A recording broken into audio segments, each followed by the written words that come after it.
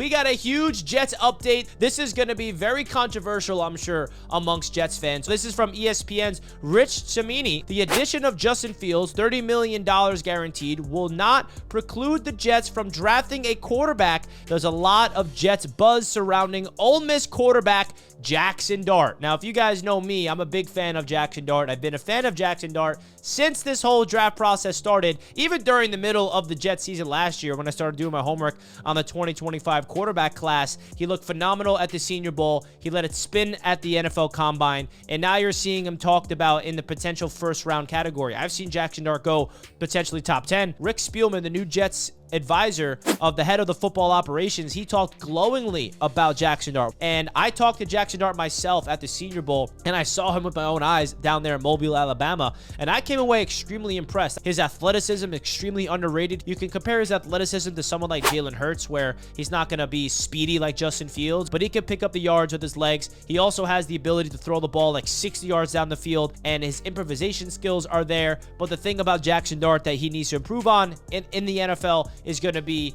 reading the defense, being able to understand a whole NFL playbook. Those are all things that every college quarterback is going to have to figure out how to do at the next level. Now, will Justin Fields be okay with the New York Jets going out there and drafting the quarterback? Well, he better be, because he's only here on a 2-year contract and he has to prove himself. And the best case scenario for the Jets is, hey, they draft Jaxson Dart hypothetically and Justin Fields balls out. And now we have the Minnesota Vikings problem, right? The Minnesota Vikings had a quote-unquote issue last year. They had 2 good quarterbacks on the roster, Sam Darnold, J.J. McCarthy. There's nothing wrong with having multiple quarterbacks on the Jets roster to try to figure out the long-term answer. And I also think Jaxson Dart would benefit from sitting and learning behind a guy like Justin Fields and sitting and learning behind a guy like Tyrod Taylor. Jaxson Dart, of course, is not the only quarterback the Jets could be targeting. Apparently, they did a lot of homework on Colin McCord from Syracuse, Jalen Milroe from Alabama.